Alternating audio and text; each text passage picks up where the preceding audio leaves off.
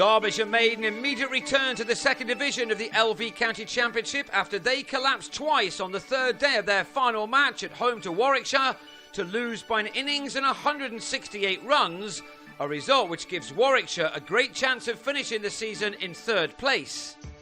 Derbyshire were right up against it as the third day began, with them on 44 for 5 in reply to their visitors' 391 for 9 declared. Realistically, the only chance Derbyshire had of keeping their season alive until the last day of the summer lay with Shivnarine Chanderpaul, who began the day on 24 and looked to carry the fight back to Warwickshire.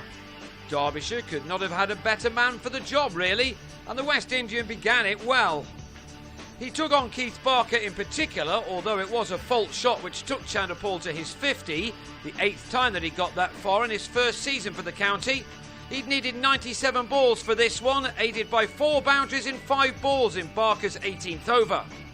It was still going to take something extraordinary from Chanderpaul to turn this game around, but soon after reaching his half-century, he was LBW to Barker, and the writing was now very much on the wall for Derbyshire.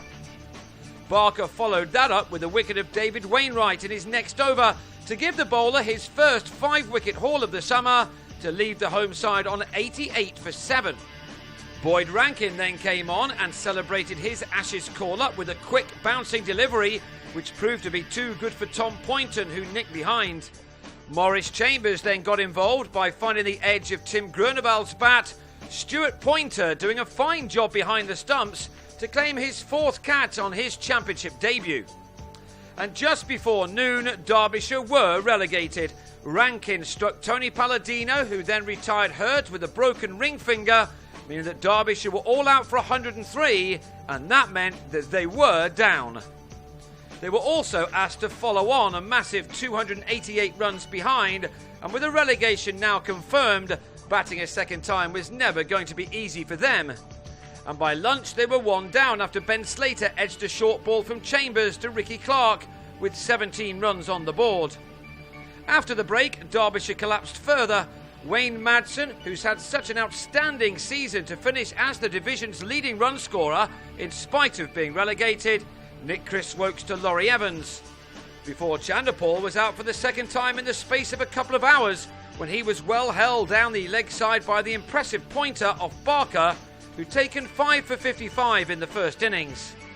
A 3-day finish was on the cards when Paul Borrington then edged Wokes to Clark.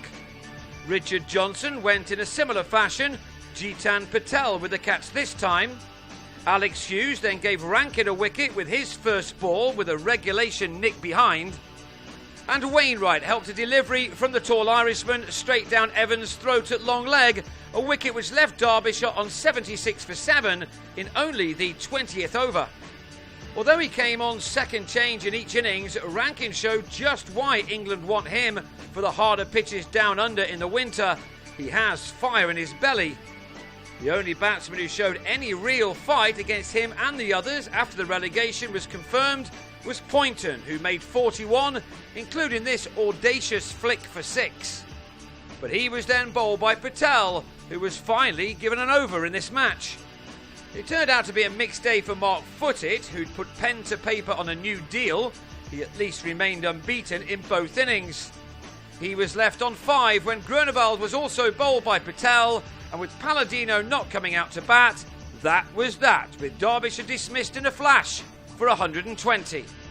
That gave Warwickshire a comprehensive victory by an innings and 168 runs, a sad way for Derbyshire to finish what has been a season where they have entertained and caused a number of teams some concern, including their opponents here earlier on day 1.